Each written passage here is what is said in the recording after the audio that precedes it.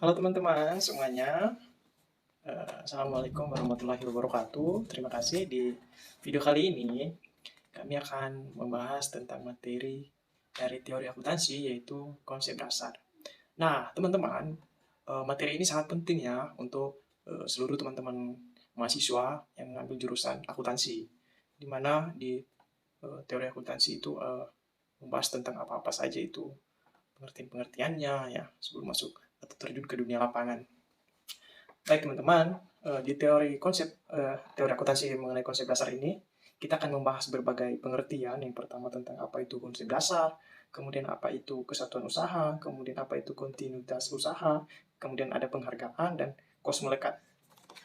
Nah, baik teman-teman, eh, kita perlu ketahui bersama apa itu konsep dasar. Nah, di sini konsep dasar pada umumnya merupakan atraksi ya atau konseptualitas karakteristik lingkungan, tempat atau wilayah diterapkannya pelaporan keuangan. Nah, teman-teman, berbagai sumber atau penulis mengajukan seimpunan atau seperangkat konsep dasar yang isinya berbeda-beda. Nah, apa saja sih itu isinya yang berbeda-beda tersebut? Nah, baik, di sini ada daftar konsep seperangkatnya. Pertama, ada itu Ikatan Akuntansi Indonesia atau IAI ya. Dari konsep tersebut ada dua konsep dasar yang disebut secara spesifik dalam kerangka konseptual. Pertama adalah basis akrual dan usaha berlanjut. Kemudian Paul Grady. Nah, Grady mendeskripsikan konsep dasar sebagai konsep yang mendasari kualitas, bermanfaat dan keterandalan informasi akuntansi atau sebagai keterbatasannya yang melekat pada statement keuangan.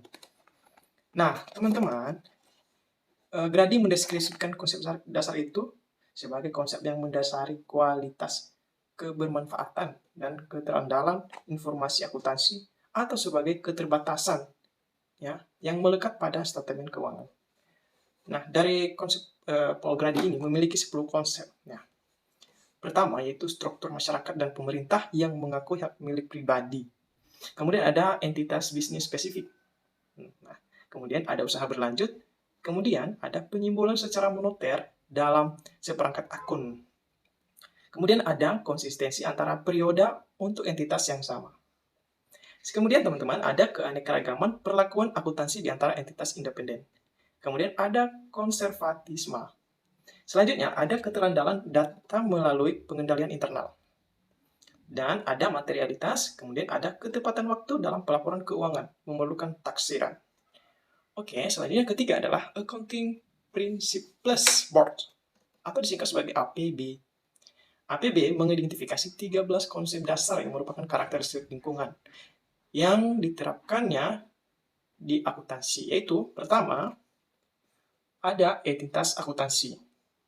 Kemudian usaha berlanjut, kemudian pengukuran sumber ekonomi dan kewajiban, kemudian ada periode-periode waktu, kemudian ada pengukuran dalam unit uang, kemudian akrual, kemudian harga pertukaran, kemudian angka pendekatan, kemudian ada pertimbangan dan informasi keuangan secara umum. Dan masih ada lagi itu statement keuangan berkaitan dengan secara mendasar ya. Kemudian ada substansi daripada bentuk. Dan yang terakhir itu adalah materialitas. Itu selalu ada ya teman-teman ya. Nah, teman-teman, selanjutnya menurut beberapa para ahli, ya, di sini ada menurut Wall, Tierney, dan Dot. Ya. Wall dan Tierney mendaftar 4 konsep dasar yang dianggap sebagai postulat dalam beberapa konsep lain sebagai prinsip berorientasi masukan, ya, yaitu reconciliation, mapping, converse system, disclosure, materiality, dan objectivity, dan prinsip berorientasi. Nah, yaitu comparability, konsistensi, dan uniformity. Keempat konsep yang dikategorikan tersebut adalah sebagai berikut. Yang pertama, usaha berlanjut. Kedua, periode waktu. Ketiga, entitas akuntansi. Kemudian keempat adalah moneter ya, mohon maaf. Nah, kemudian ada lagi ya menurut Anthony, Watkins, dan Mircea. Seorang penulis ini ya, mendaftar 11 konsep berikut ini yang dijadikan sebagai basis dalam bahasa isi, bentuk, susunan, arti penting statement keuangan, Kemudian ada konsep dasar 1 sampai 5 dikategorikan sebagai pelandas statement posisi keuangan atau neraca. Sedangkan konsep dasar 6 sampai 11 dikategorikan sebagai pelandas statement laba rugi. Wah, hebat ya teman-teman ya. Apa saja sih tadi itu ya? Nah, di sini ada pengukuran dengan unit uang, kemudian entitas, usaha berlanjut, cost, aspek ganda. Wah, kemudian ada lagi periode akuntansi, kemudian ada konservatisme, kemudian ada realisasi, ada penandingan dan konsistensi, dan terakhir adalah materialitas. Nah, terakhir teman-teman, di sini ada menurut Patton dan Littlon. Nah, teman-teman tahu ini siapa orang-orang ini? Ini adalah para ahli teman-teman ya. Oke, menurut Patton, konsep dasar yang dikemukakan itu pertama adalah entitas bisnis dan kesatuan usaha, kontinuitas kegiatan atau usaha, penghargaan kesepakatan, kos melekat, upaya dan capaian atau hasil, bukti terverifikasi, dan objektif dan asumsi.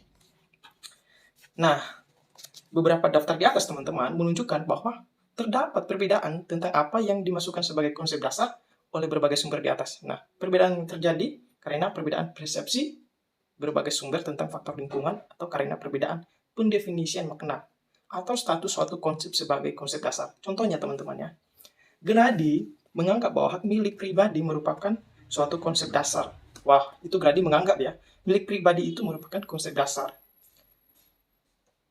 Sedangkan penulis menganggap hak milik pribadi adalah faktor lingkungan. Ya, itu ada dua perbedaan teman-teman. Menurut si Grady adalah konsep dasar, sedangkan si penulis menganggap itu adalah faktor lingkungan. Ya. Kemudian, tidak memasukkan materialitas sebagai konsep dasar, mungkin karena mereka menganggap bahwa materialitas merupakan kriteria pemilihan informasi dan karenanya kurang validitas sebagai konsep dasar. Oke teman-teman, konsep-konsep dasar yang diuraikan oleh PL sebenarnya cukup lengkap, karena dapat menjelaskan tentang faktor, lingkungan, dan praktik akuntansi yang berjalan pada zamannya. Oke teman-teman, selanjutnya ada teman saya akan memaparkan materi. Selanjutnya, materi berikutnya akan dijelaskan teman saya. Baik, terima kasih. Selanjutnya, saya akan membahas kesatuan usaha. Konsep ini menyatakan bahwa perusahaan dianggap suatu kesatuan atau badan usaha ekonomik yang berdiri sendiri, bertindak atas namanya sendiri, dan kedudukannya terpisah dari pemilik atau pihak lain yang menanamkan dana dalam perusahaan, dan kesatuan ekonomik tersebut menjadi pusat perhatian atau sudut pandang akuntansi. Berdiri sendiri dan bertindak atas namanya sendiri berarti bahwa suatu kesatuan atau badan usaha diperlakukan sebagai orang atau person. Dengan demikian, perbuatan hukum dan ekonomik, misalnya membuat kontrak atau memiliki aset atas nama badan tersebut dan bukan atas nama pemilik. Jadi, hubungan antara kesatuan usaha dan pemilik dipandang sebagai hubungan bisnis, atau pemisahan kedudukan kesatuan usaha dan pemilik berarti bahwa fungsi manajemen terpisah dengan fungsi investasi. Selanjutnya, di dalam konsep kesatuan usaha memiliki beberapa implikasi. Yang pertama, ada batas kesatuan, yaitu batas kesatuan usaha dari segi akuntansi bukanlah kesatuan yuridis atau hukum, melainkan kesatuan ekonomik. Artinya, akuntansi memperlakukan badan usaha sebagai suatu kesatuan ekonomik daripada kesatuan yuridis. Batas kesatuan ekonomik adalah kendali atau kontrol oleh suatu manajemen. Oleh karena itu, untuk menentukan kesatuan usaha sebagai pusat pertanggungjelasan keuangan, pertimbangan akuntansi adalah apakah secara ekonomik suatu kegiatan usaha atau lebih dapat dianggap berdiri sendiri sebagai satu kesatuan. Yang kedua, ada pengertian ekuitas. Dengan sudut pandang kesatuan usaha secara konseptual, ekuitas atau modal merupakan utang atau kewajiban perusahaan kepada pemilik. Hal ini berlawanan dengan pendefinisian secara struktural bahwa ekuitas adalah hak residual pemilik terhadap aset bersih sebagaimana didefinisi dalam rangka konseptual FASB. Selanjutnya, yang ketiga, ada pengertian pendapatan. Dengan konsep kesatuan usaha, semua sumber ekonomik yang dimiliki atau dikuasai oleh perusahaan merupakan aset perusahaan, bukan aset pemilik. Kalau ada aliran aset masuk, misalnya kas, yang terjadi karena perusahaan menjual barang atau menyerahkan jasa, maka aset perusahaan akan bertambah. Kas masuk itulah yang disebut dengan pendapatan. Ini berarti bahwa pada saat kas masuk sebagai pendapatan, perusahaan sebenarnya telah mempunyai utang kepada pemilik yang pada saatnya nanti harus dikembalikan. Selanjutnya yang keempat ada pengertian biaya. Penyerahan barang atau produk tidak selalu berasal dari aset, tetapi dapat berasal dari kewajiban sehingga biaya dapat didefinisi sebagai timbulnya kewajiban dalam rangka menciptakan pendapatan yang akhirnya mengakibatkan turunnya aset. Nah, bahwa pendapatan dan biaya mempengaruhi ekuitas merupakan akibat dianutkan konsep kesatuan usaha. Dengan kata lain, pendapatan, biaya, untung, dan rugi merupakan penyebab perubahan ekuitas. Selanjutnya, yang kelima ada sistem berpasangan. Hubungan bisnis antara manajemen dan pemilik mengakibatkan manajemen harus selalu mempertanggungjawabkan aset yang dikelolanya dan sumber aset tersebut. Ini berarti bahwa pengaruh transaksi terhadap hubungan bisnis dan posisi keuangan atau termasuk utang piutang dengan pemilik serta pihak lainnya harus selalu ditunjukkan. Untuk melaksanakan hal ini dengan mudah dan nyaman, digunakanlah sistem berpasangan. Selanjutnya, yang keenam ada persamaan akuntansi. Persamaan akuntansi merupakan cara mempresentasi sistem berpasangan. Persamaan akuntansi dapat dikatakan sebagai hubungan fungsional buku besar yang mempresentasi elemen statement keuangan. Dengan konsep kesatuan usaha, elemen pendapatan atau serta untung dan biaya atau serta rugi merupakan penyebab perubahan ekuitas. Selanjutnya yang terakhir ada artikulasi. Sebagai konsep dasar yang dikemukakan APB yaitu bahwa statement keuangan berkaitan secara mendasar atau fundamentally relate financial statements. Artikulasi sebenarnya merupakan turunan atau konsekuensi dari konsep kesatuan usaha.